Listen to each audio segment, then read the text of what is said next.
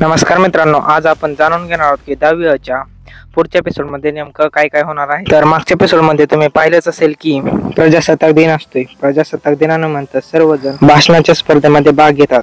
सर्वजण खूप चांगले भाषण करतात, परंतु अभ्या आणि रेश्माचा भाषण स्पर्धेमध्ये नंबर येतो। त्यासोबतच तुम्ही अभ्या आणि रेश्माच्या लव्ह स्टोरीमध्ये थोडा ट्विस्ट बघितला असेल।